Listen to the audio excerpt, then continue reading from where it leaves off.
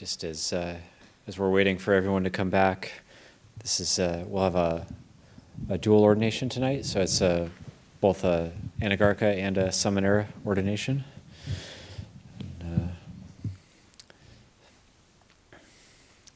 The Sāmaṇera ordination is also known as the going forth or the papaja.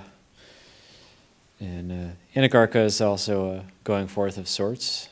For the Anagārika, they still have 1 foot in the world, 1 foot in the monastery, but the Sāmaṇera, when somebody goes forth as a Sāmaṇera, they become completely dependent on the monastery. They give up money, so they no longer support themselves, so it's a big step. So we'll do 2 of those this evening, 2 ordinations, and we'll just wait for another minute. We'll see if everyone's back.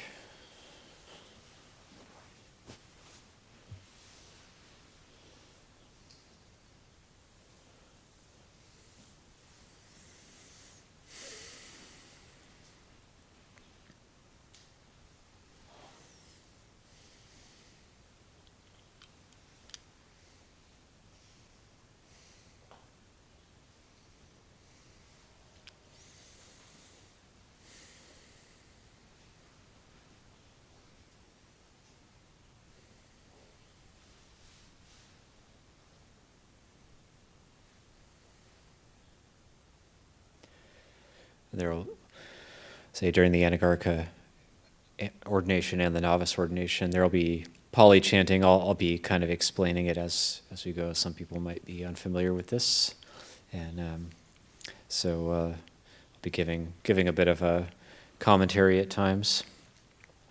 And so, without further ado, could ask Andrew to come up, and we'll do the Anagārika ordination.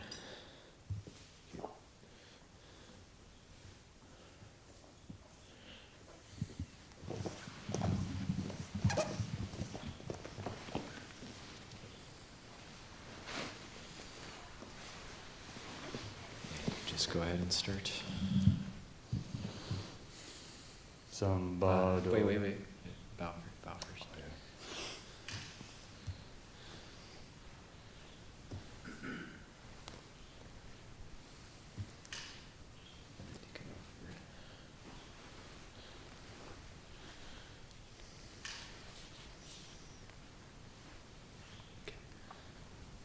Sambado gara vaso rajo pato abo kaso pabaja naidam sukaram magaram maja vasata ekanta paripuna mekanta parisudam samkalikitam brahmacharyam charitum yam nunaham kesamasum oharetva Kasayani Vatani Yacha Detwa Agarasama Anagaryam Pabajayam. The household life is cramped and dusty. The homeless life is free as air. It is not easy living the household life to live the fully perfected holy life, purified and polished like a conch shell. Suppose I were to shave off my hair and beard, don the robes of a Buddhist monastic, and go forth from the household life into homelessness. All right, so if you can take these whites and go and put them on, you can go out those doors there.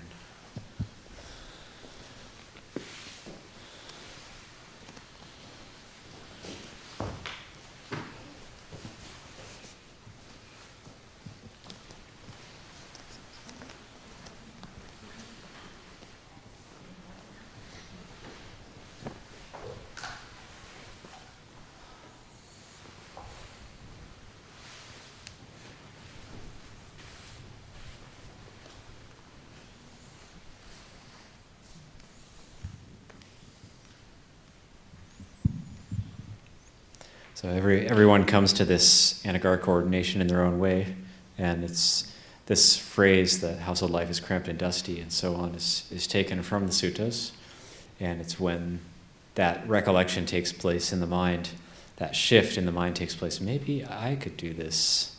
So there's so before maybe the mind was like, oh, okay, there's these people living in monasteries, and I'm doing one thing and they're doing another thing, and that's all fair and good. But then there's that shift in the mind, that confidence that grows over time. Maybe I could do that. Maybe that's something that I could actually do, and not just do, but benefit from. So the purified and polished like a conch shell part, that's the sila. So that's the virtue that one is practicing in the monastery. And so the 5 precepts are the standard baseline virtue for lay people, for people who are practicing wanting to live an upright life of integrity. Then those basic 5 precepts of, say, refraining from killing, refraining from stealing, refraining from sexual misconduct, refraining from lying, refraining from taking intoxicants. That's the baseline. But then when one comes to become an Anagārika, or if you're living as a guest in the monastery, but an Anagārika makes a long-term commitment to the 8 precepts, which the 3rd precept becomes complete abstinence from any type of sexual activity. And then also there's 3 precepts tacked onto it, and that's what we call the renunciate precepts. So it's taking that next step of renunciation, and it really follows the white-robed renunciate lay people in the time of the Buddha. They were known to keep 8 precepts, and so they would wear all white. So the format of the Anagārika, it really comes from that, from the Buddha's teachings, where with these white-robed lay people, and even as white-robed lay people, they were able to really attain lofty states of distinction in the Dhamma, and that form is a viable form to actually go all the way to liberation of the heart. So you don't actually need the 227 precepts of the bhikkhus. You can the 227 precepts are just an extension of the 8 precepts. The 8 precepts, they show the spirit of the training. And then the 227 precepts of the bhikkhus, that's more fleshed out. There's a lot of minor protocols that we follow that say Anagārikas don't have to follow.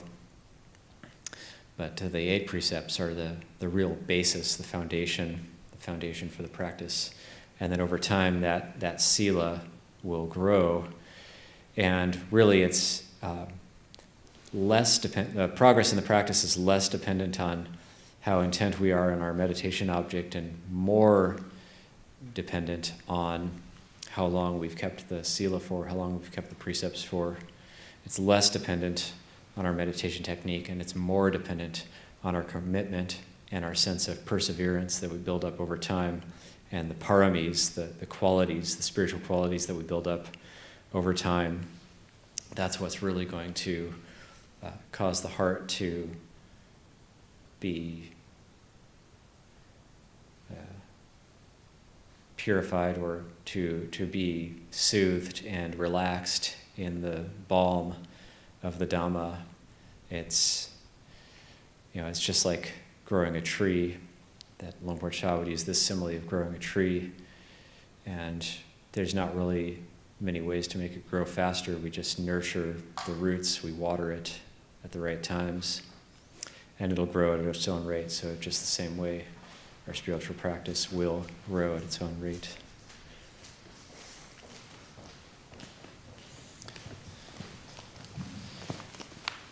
So now Andrew will formally request the 8 refuges and precepts.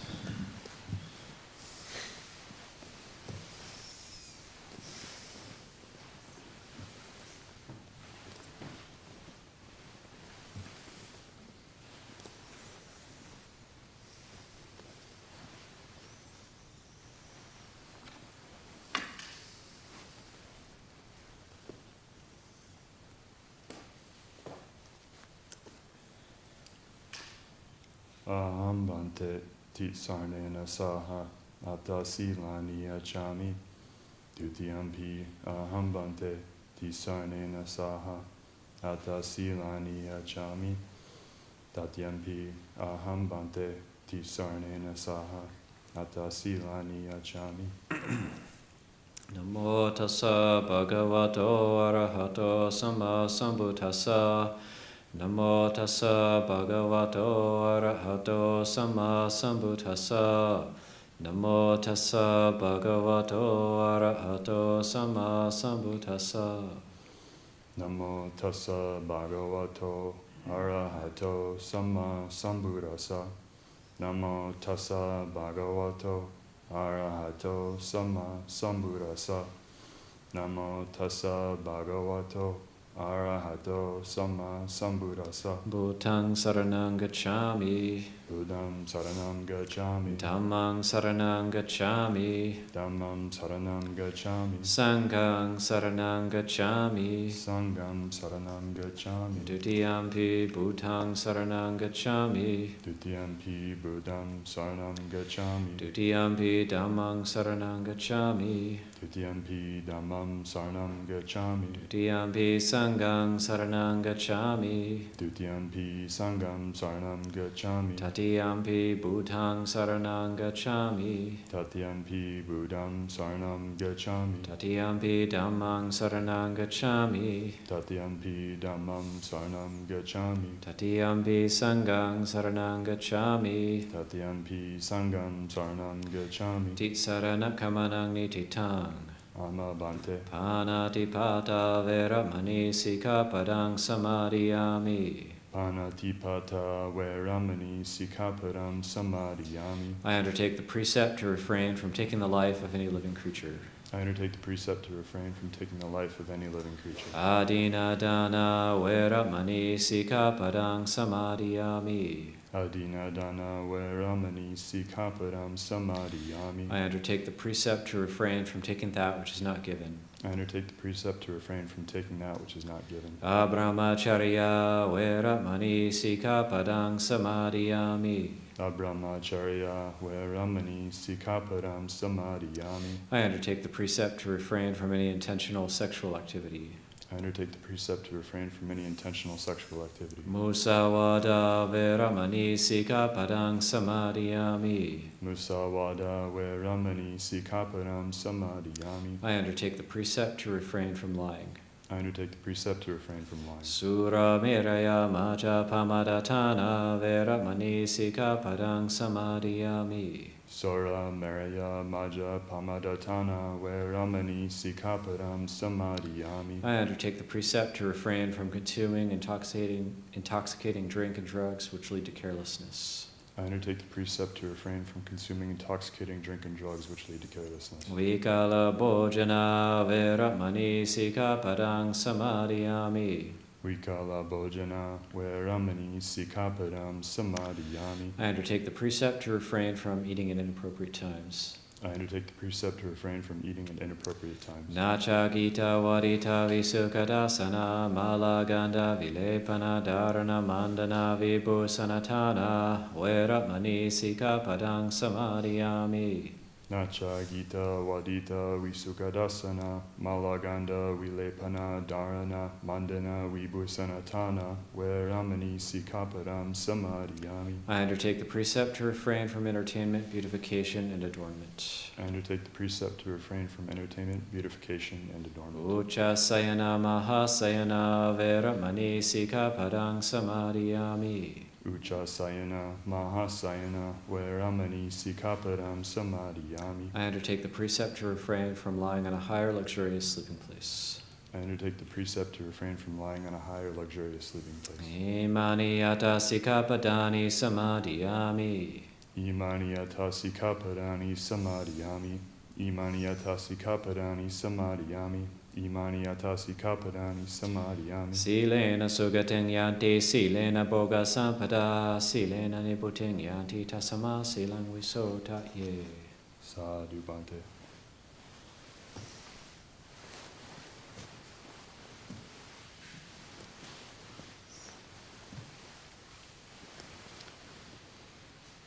Okay, you can sit comfortably.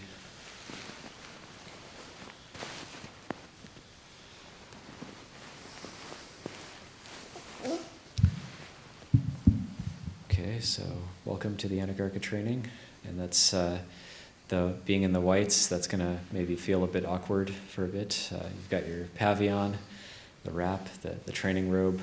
It's good for mindfulness, trying to not get stains on it. So the white, see how white you can keep it, and You'll become familiar with things like bleach and washing with things like that, and practicalities. You'll be eating with the sangha now out of a bowl. It'll be a different feeling, eating in silence with the sangha. You gain access to certain privileges of having.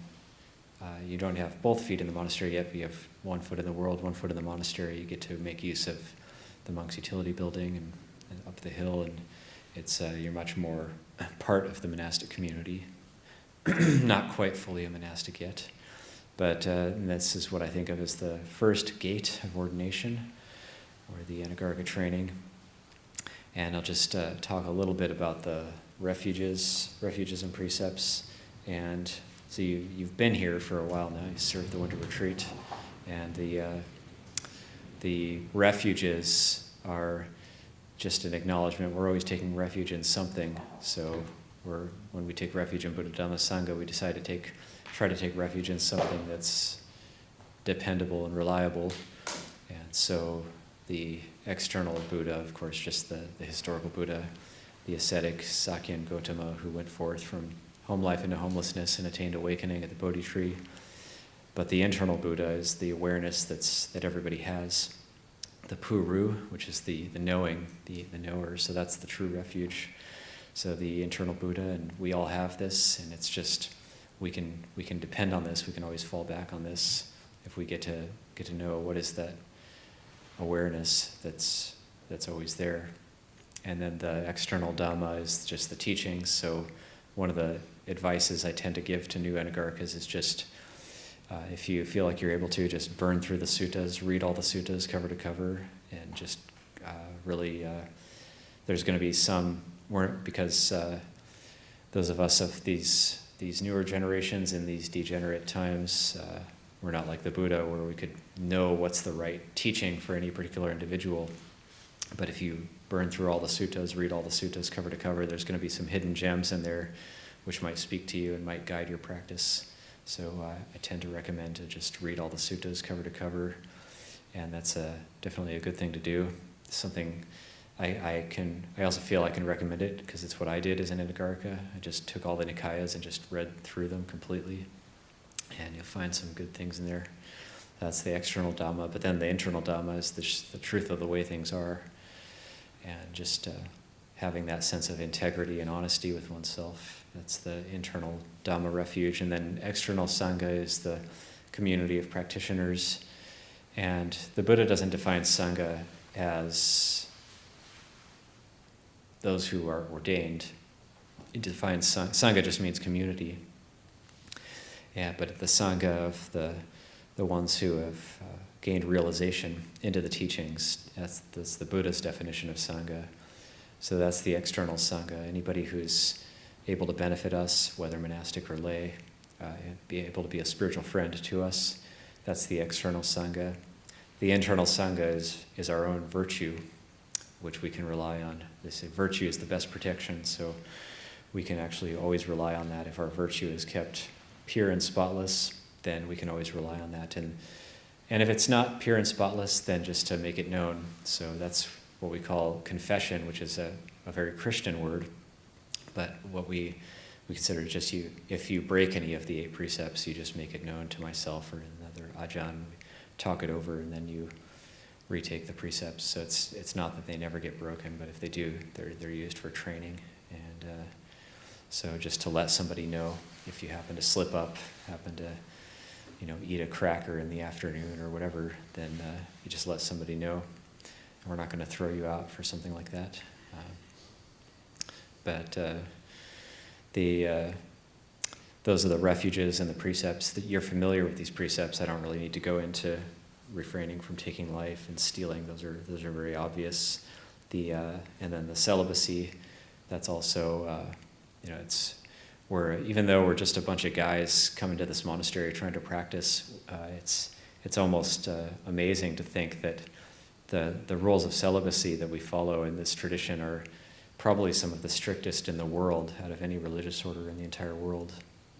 We follow them extremely strictly and purely, and there's a very clear, very, very clear guidelines around it. So finding ways to transmute that energy and bring it into our practice, bring it into the heart, and because it is a struggle, though. This is one of the ones people struggle with. So learning how to work with these bodily energies is very important. It's something that you'll start to learn once you're more in the monastery longer. And then the eating in the afternoon, that's another, or not eating in the afternoon, that's another one we can talk about, which is not eating at inappropriate times. So the proper time is defined as dawn time to midday, and we follow that as just, we have in the monastery we'll have just set times, like you can see the lines in your hand, distance, not around a light or not relying on the full moon, but you can actually go outside and see the lines in your hand. That's considered dawn. And then midday is the zenith of the sun, but we define it right now as 1 p.m. and when it's not daylight savings. And we have noon in the wintertime. And so that's the proper time to have a meal. And the other precepts are fairly self-explanatory. The 7th precept, the entertainment one, entertainment, beautification, and adornment. That's it's not like the moment you hear music or you're walking through a town and you see a television or something, you don't have to close your eyes or turn the other way or close your ears, but it's more about the public perception of samanas, of religious seekers. Are we going out and seeking distraction, seeking entertainment? So, we don't go to movie theaters. That's something we just don't do. There might be times in the monastery where, watch a documentary or something, but it's really toned down, and there are novels in the library and so on. If one's really, I know I got the advice from a very senior monk in Thailand, to read a novel, just kind of get out of your head, just go read a novel, just forget about yourself for a while. Don't get too overly serious about the practice with yourself. So if it gets too tight and too grim, if the meditation starts to become very grim, then go read a novel. But that's about the extent of the entertainment that's allowable for us. And the others are very self-explanatory. So I don't think I need to go into them. It's just that you'll learn as you go. It'll be a lot at first. There will be a lot to point out to you, and people will be showing you how to wash the bowls and so on. There's just protocols around that. There's etiquette for Anagārikas. So but you just have an open mind and take it as a training, and it'll bring benefit.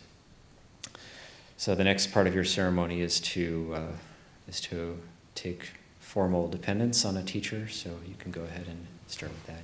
You don't need to bow again.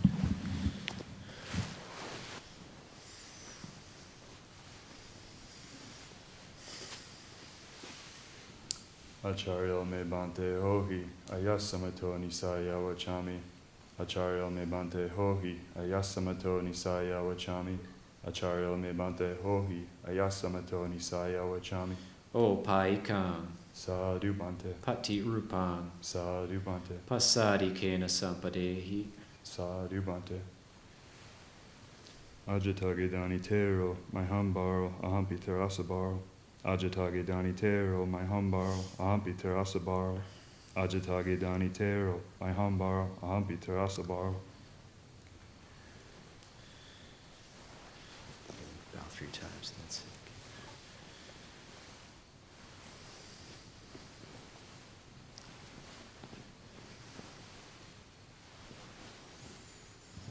Just to explain a little bit about the dependence, so you can stay there for a little bit longer. You can sit comfortably for a bit longer.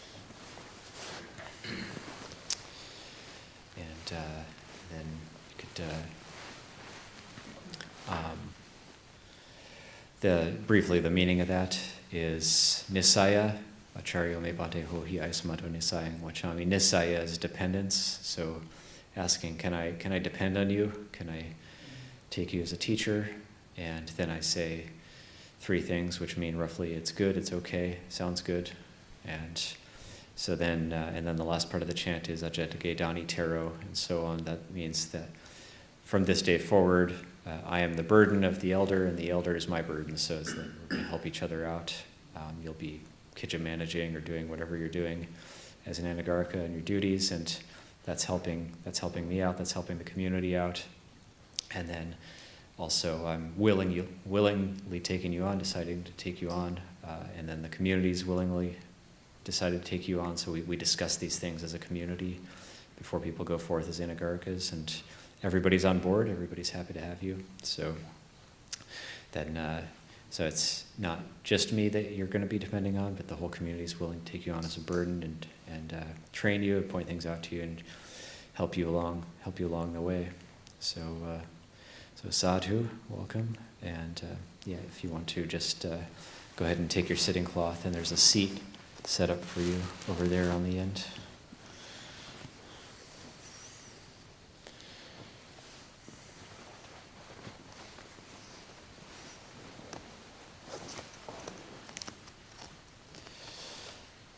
Okay, now for the fun part. Call up Anagārika Jack.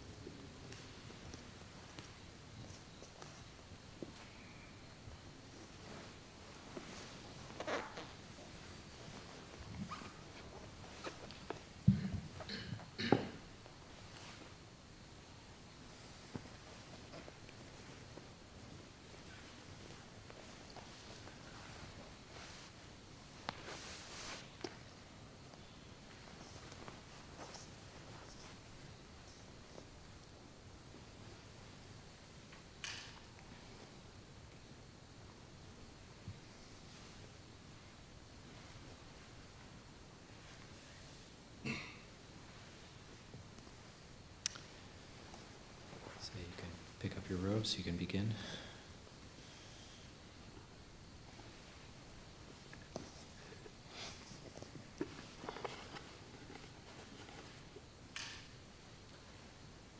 Okasawandami bante Sabangaparatang kamatame bante Maya katang punyang samina anumodita bang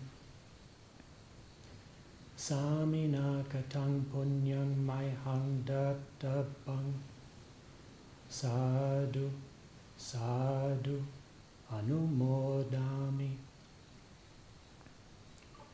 Okasa karunyang katoa Pappajang detame bante. It's customary at the beginning to just check, make sure everything's here.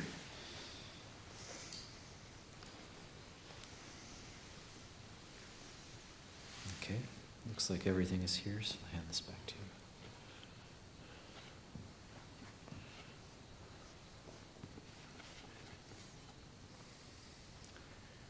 Ahang bante pappajang yachami Dutiyang piyahang bante pappajang yachami Tatiyang piyahang bante pappajang yachami Sabba dukkani sarana Nibbana satchikaranataya Imang kasa wanga hetowa Papajeta mang bante Anukampang upadaya Sappadukkani sarana Nibbana satchikaranataya Imang kasa wanga hetowa Papajeta mang bante anukampang upadaya sappa dukkha nisarana nibbana satchikaranataya imang kasa wanga hetowa pabajeta mangbante anukampang upadaya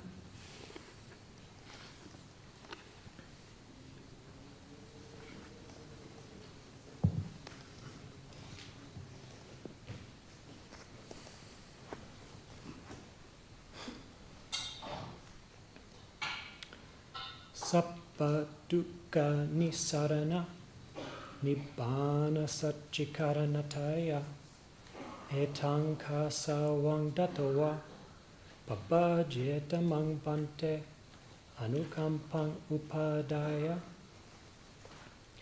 sappa dukkha nisarana nibbana satchikaranataya etang kasa wangdatawa pabajeta mangbante anukampang upadaya sappa dukkha nisarana nibbana satchikaranataya etang kasa wangdatawa pabajeta mangbante anukampang upadaya. Okay, you can bow 3 times. Let's sit comfortably.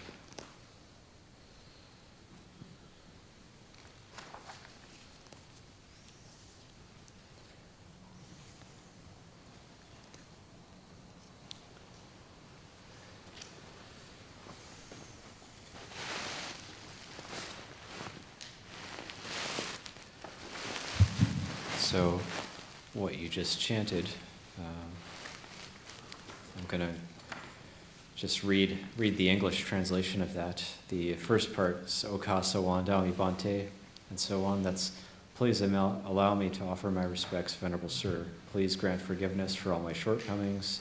Whatever goodness has been accumulated by me, may I offer it to you. May I partake in the accumulated goodness of the Venerable Sir.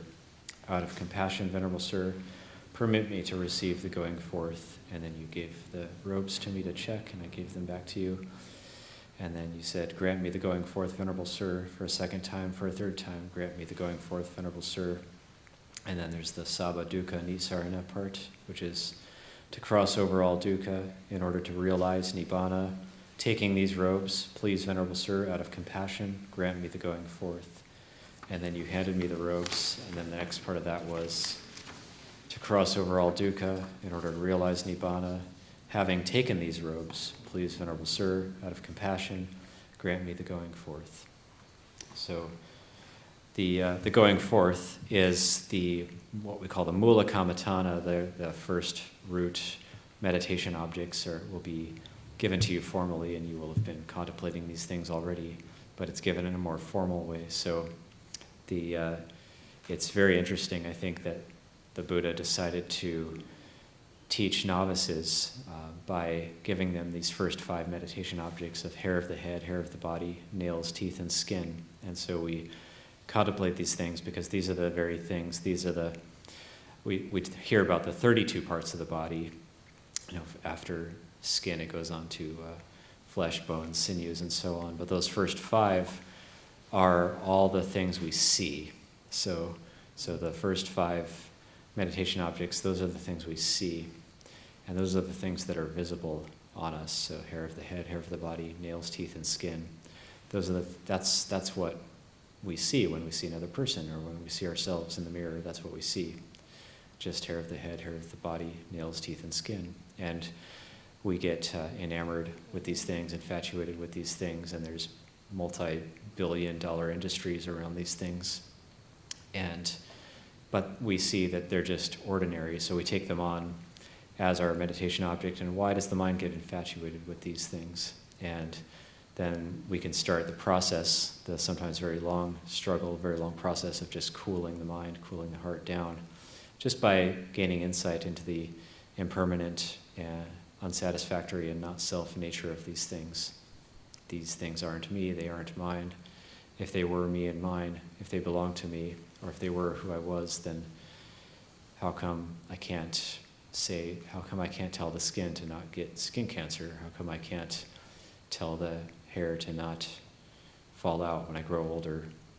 How can I tell it to do anything I want? It just has, in a way, it has a mind of its own. It's just going to follow its own nature. So whatever we do with these things, they're just going to follow their own nature, and eventually they're going to break up and go back to the four elements, the earth, water, fire, air. So they're going to break up and they're going to disintegrate, and they're disintegrating all the time. So these are the very things that we look at when we look at in the mirror, or we see another person.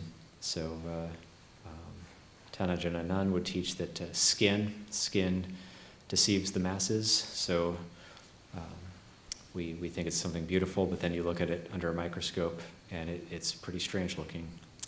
And I remember having some trouble with my own defilements when I was at Wat Pah Pong, and I was on alms round one day, and sometimes we think maybe, why do these things happen? Maybe the devas are helping us somehow. Maybe there's some unseen forces helping us with our practice. But I remember being on alms round, and the mind wasn't in a very wholesome state. It had gone into a state of infatuation, and I was walking on the road, and there was an entire skin of a cow in the middle of the road, like it must have fallen off of a cart or something, and it's like this giant pile of skin, and it looked like human skin, but it was obviously from a cow, but somebody had skinned a cow and maybe put the skin in their cart, and then it had dropped out on the road, and it was stinky, and but it was just skin. And one of the things we don't realize maybe about skin is how heavy it is. It's very heavy, actually. If we were to take our skin off and just drop it on the ground, it would have some weight to it. It's got water in it, it's got fat on the inside of it, and so on. So this is we start to gain insight in this way into the true nature of these things. It's very, very important, and it is a long process.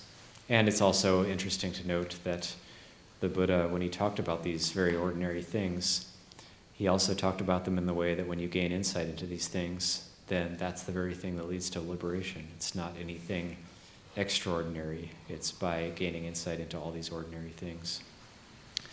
And it doesn't mean we make ourselves unbeautiful in some way, or we stop bathing. For example, we live in community, so we have to bathe, we have to look after ourselves.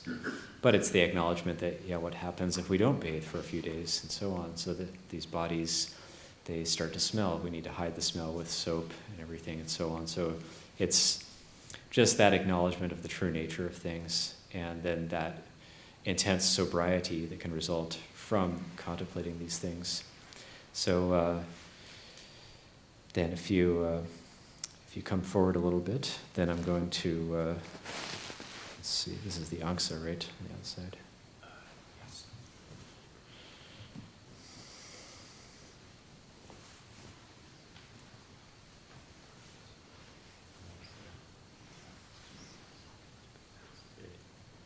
That's a sitting cloth. Oh no, that's the angsa, got it.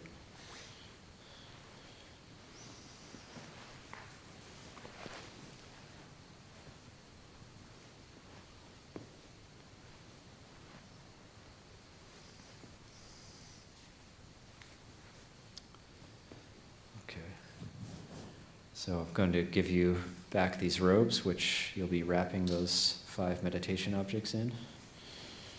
Put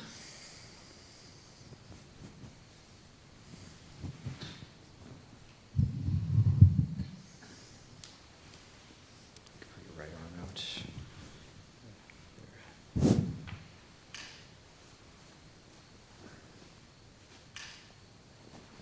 Turn this way a little bit. Seat. And then take these robes and then repeat after me. I'll be giving you the 5 meditation objects in forward and reverse order in Pali. kesa, kesa, loma, loma, naka, naka, danta, danta, tacho, tacho, tacho, tacho, danta, danta, naka, naka, loma, loma, kesa. kesa. All right, so please, you can go and put on your new clothing, new uniform.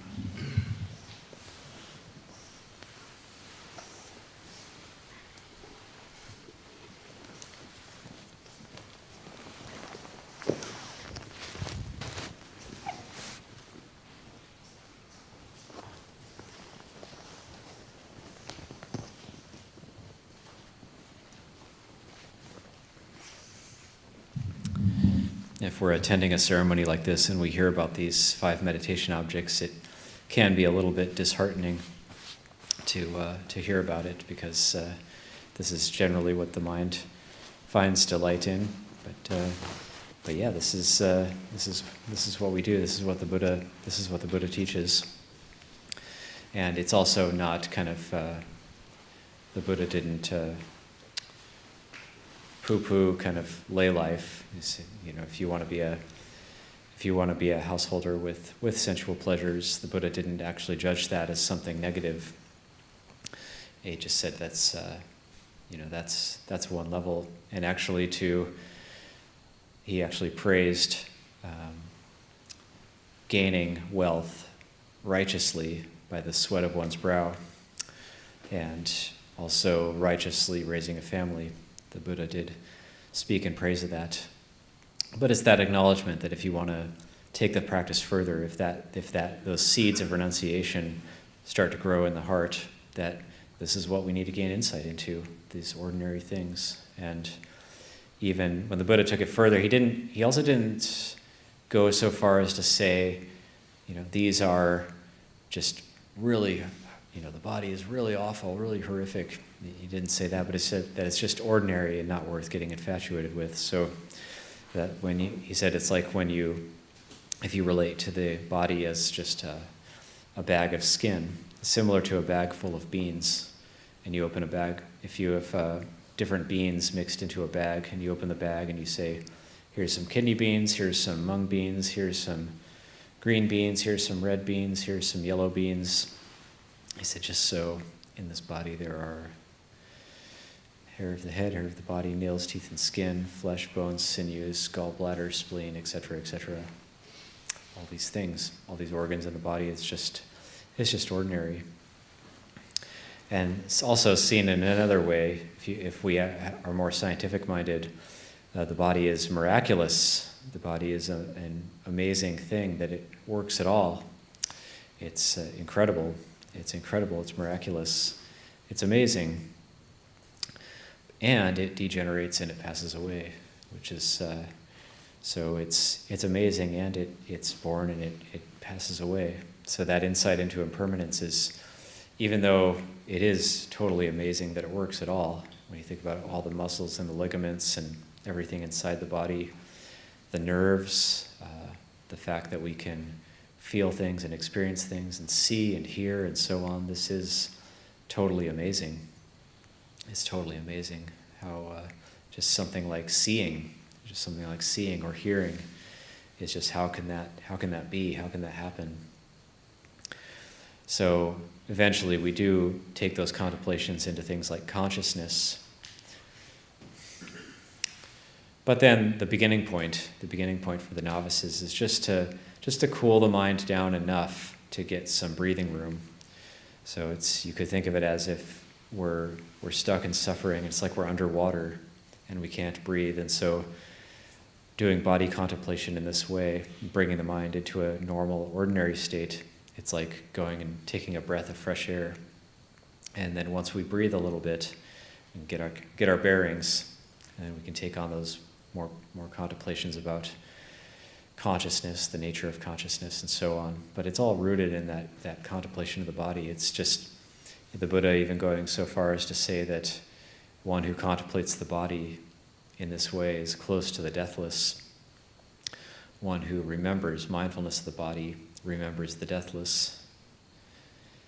And it always just really strikes me how it's just so, how could the Buddha have figured that out? That just gaining insight into these ordinary things. He didn't say, forget the body and focus on light all the time, or he didn't say anything like that. He just said, gain insight into these ordinary things. And also have mindfulness rooted in the body. You don't forget the body. So, and where is Nibbana? It's realized in this fathom-long body, from the soles of the feet up, down from the crown of the head. This is where realization happens. So, also another aspect of body mindfulness is just wearing the robes. So,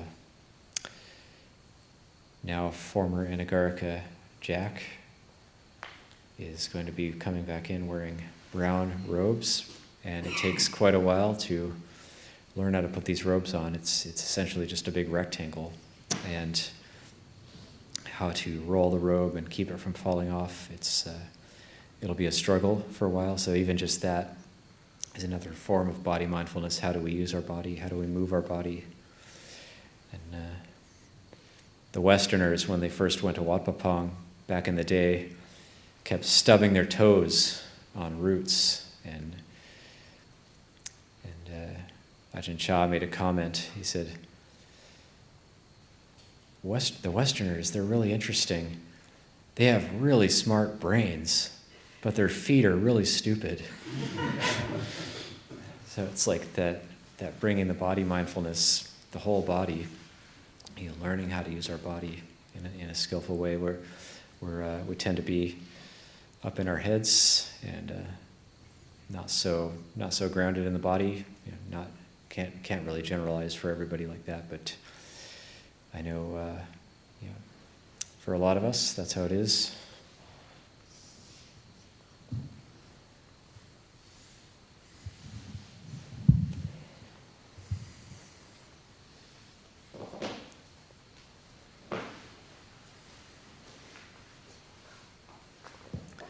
You also have to know how long you can sit on the floor for, and go and sit on a chair if it's too much. It's good, skillful not to force it.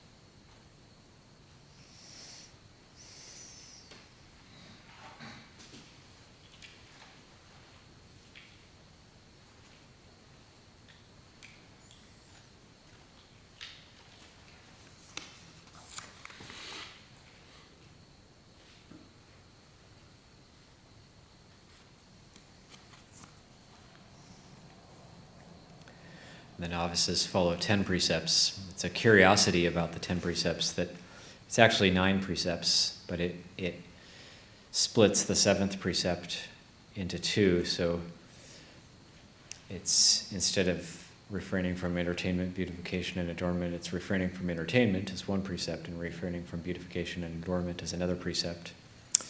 So really there's only really one additional precept, which is refraining from accepting or using money. So that's a very big step that novices make, giving up their assets.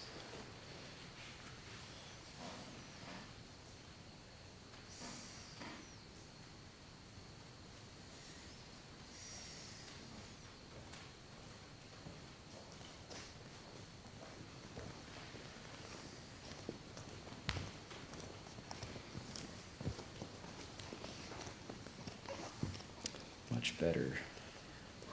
Much better in brown.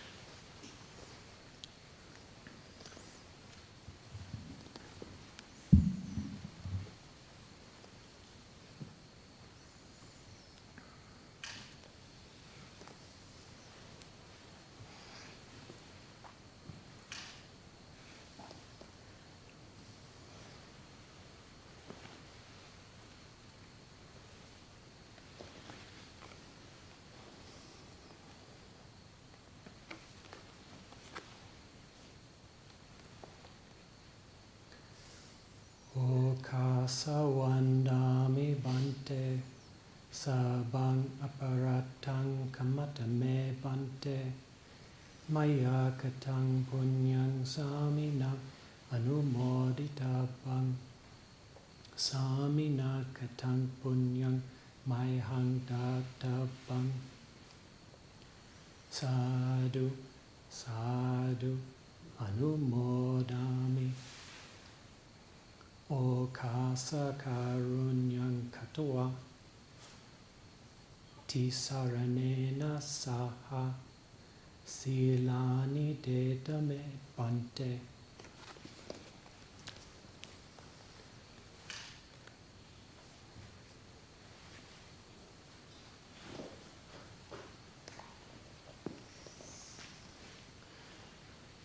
Ahang Bante Sarana Silang Yachami Dutiyang Piyahang Bante Sarana Silang Yachami Tatiyang Piyahang Bante Sarana Silang Yachami. Namo tassa bhagavato arahato samma sambuddhassa. Namo tassa bhagavato arahato samma sambuddhassa. Namo tassa bhagavato arahato samma sambuddhassa. Namo tassa bhagavato arahato samma sambuddhassa. Namo tassa bhagavato arahato samma sambuddhassa. Namo tassa bhagavato arahato samma sambuddhassa. Yamahang vadami tang vadehi. O Kasa Ama Bante. Buddhang saranang gacchami. Buddhang saranang gacchami. Dhammang saranang gacchami. Dhammang saranang gacchami. Sanghang saranang gacchami. Sanghang saranang gacchami. Dutiyampi buddhang saranang gacchami. Dutiyampi buddhang saranang gacchami. Dutiyampi dhammang saranang gacchami. Dutiyampi dhammang saranang gacchami. Dutiyampi sanghang saranang gacchami. Dutiyampi sanghang saranang gacchami. Tatiyampi buddhang saranang gacchami. Tatiyampi buddhang saranang gacchami. Tatiyampi dhammang saranang gacchami. Tatiyampi dhammang saranang gacchami. Tatiyampi sanghang saranang gacchami. Tatiyampi sanghang saranang gacchami. Ti saranakamanang nititang. O Kasa Ama Bante. Panatipata veramani sikapadang samadhiyami. Panatipata veramani sikapadang samadhiyami. Adinadana veramani sikapadang samadhiyami. Adina dana veramani sikapadang samadhiyami. Abramacharya veramani sikapadang samadhiyami. Brahmacharya veramani sikapadang samadhiyami. Musawada veramani sikapadang samadhiyami. Musawada veramani sikapadang samadhiyami. Sura meraya maja pamadatana veramani sikapadang samadhiyami. Sura merya maja pamadatana veramani sikapadang samadhiyami. Vikala bhojana veramani sikapadang samadhiyami. Vikala bhojana veramani sikapadang samadhiyami. Nacha gita varita visukadasana veramani sikapadang samadhiyami. Nacha gita varita visukadasana veramani sikapadang samadhiyami. Malaganda vilepana dharana mandana vibhusanatana veramani sikapadang samadhiyami.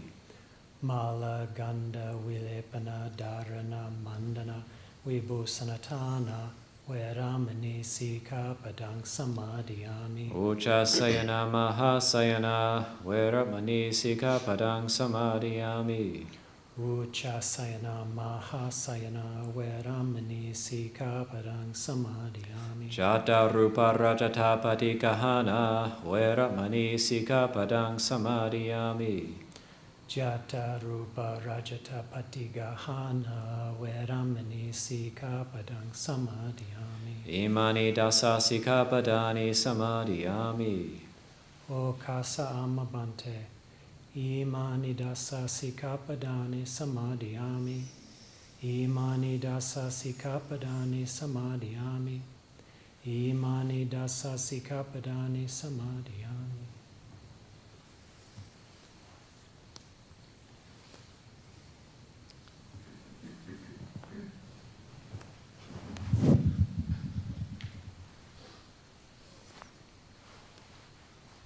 Pretty good. Sit comfortably.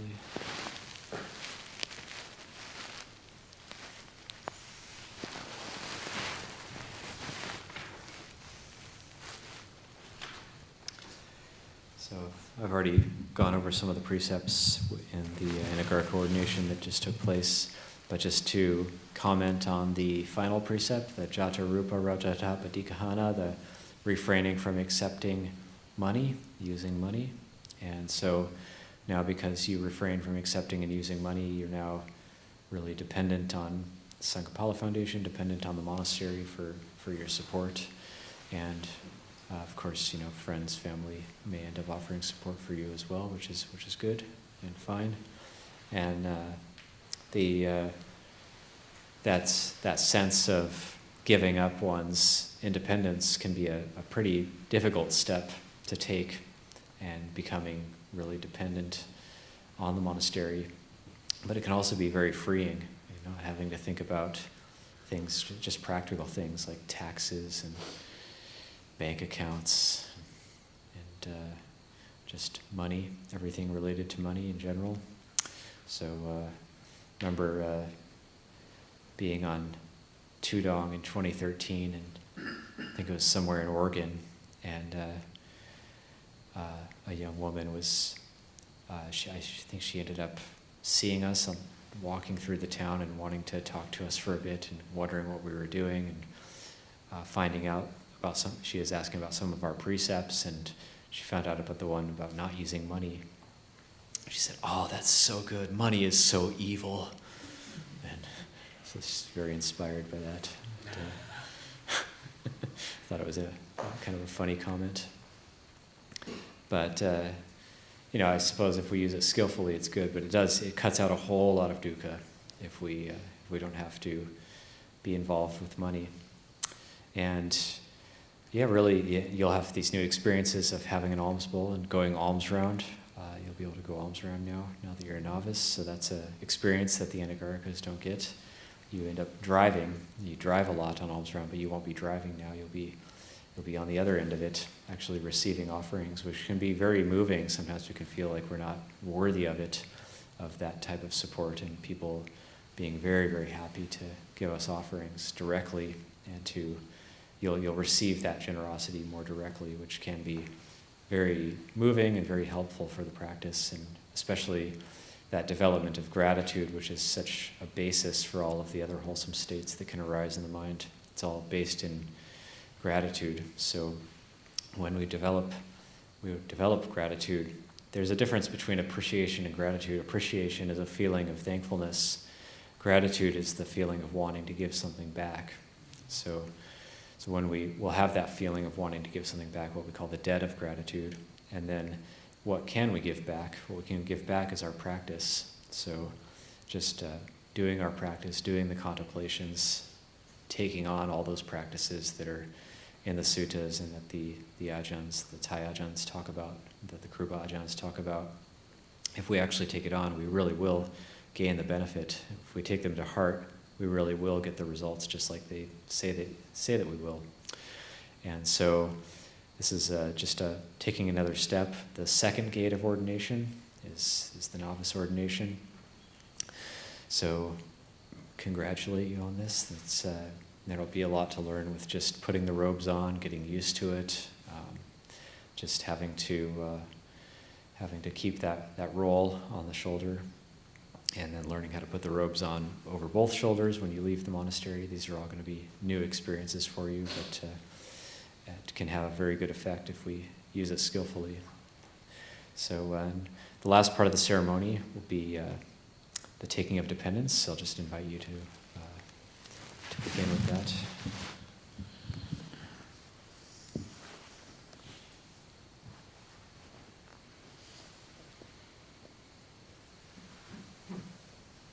Namo tassa bhagavato arahato samma sambuddhassa.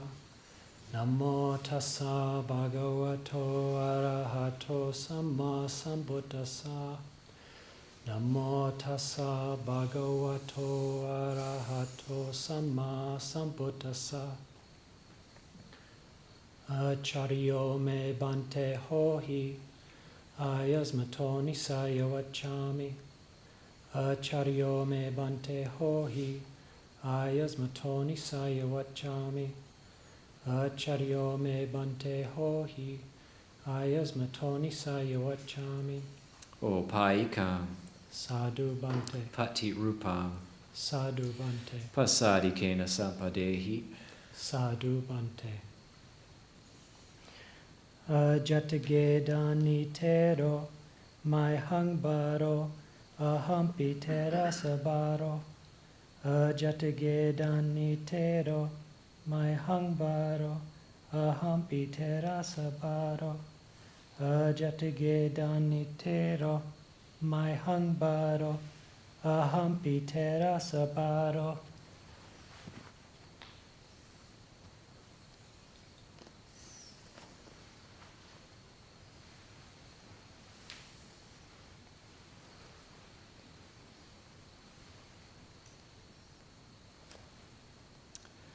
Okay, sit comfortably again. Finally, that moment. You get your new name, your monastic name. So this will take some getting used to, and don't expect your parents to ever call you by this, but this is what we'll call you in the monastery. So, and it's probably going to be anticlimactic, but here's your new name, finally. You can open it.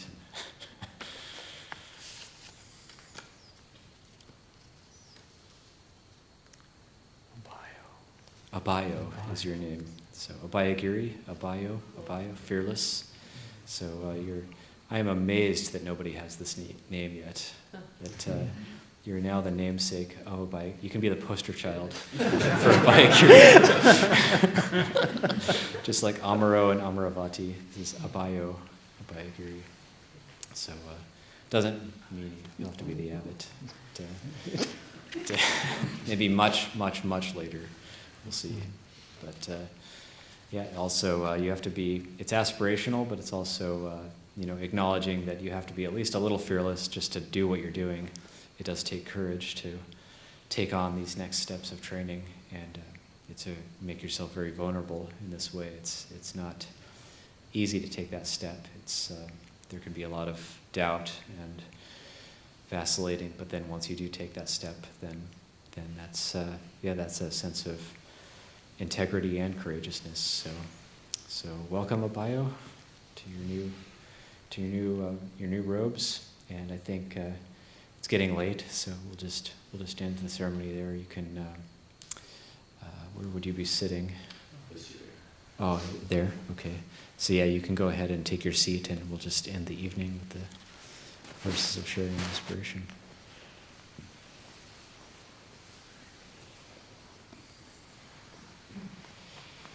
Try to keep that robe on. It's not easy when you're carrying other things. Okay.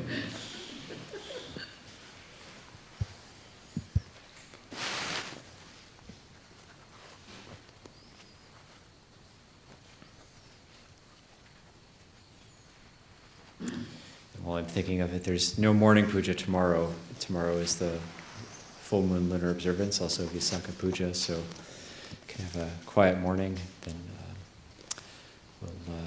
the monks will go on alms round, and tomorrow evening we'll have a circumambulation. So And the verses of sharing aspiration in English is on page 33 of Chanting Book, Volume 1.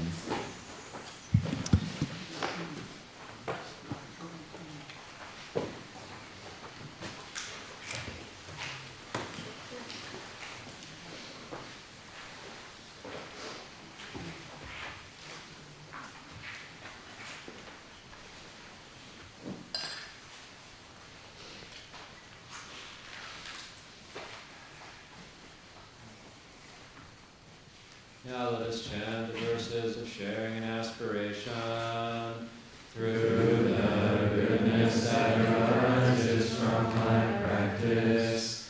May my spiritual teachers and guides of great virtue, my mother, my father, and my relatives, the sun and the moon, and all virtuous leaders of the world, may the highest gods and evil forces, celestial beings, guardian spirits of the earth, and the Lord of death, may those who are friendly, indifferent, or hostile, may all beings receive the blessings of my life. May they soon attain the threefold bliss and realize the deathless through the goodness that arises from my practice. And through this act of sharing, may all desires and attachments quickly cease, and all harmful states of mind, until I realize nirvana in every kind of birth. May I have an upright mind, with mindfulness and wisdom, austerity and vigor. May the forces of delusion not take hold, nor weaken my resolve.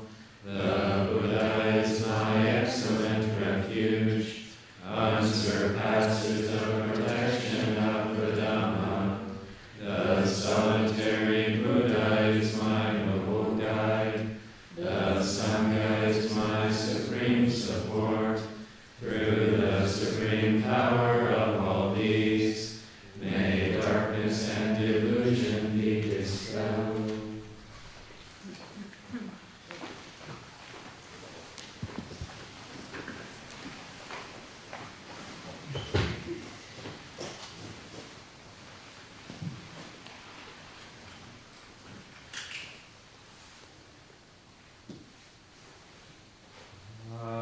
Arahant Samma Sambuddho Bhagava Buddham Bhagavantam Abhivati Swakato Bhagavata Dhammo Dhammam Namasami Supatipanno Bhagavato Sāvaka Sangho Sangham Namami.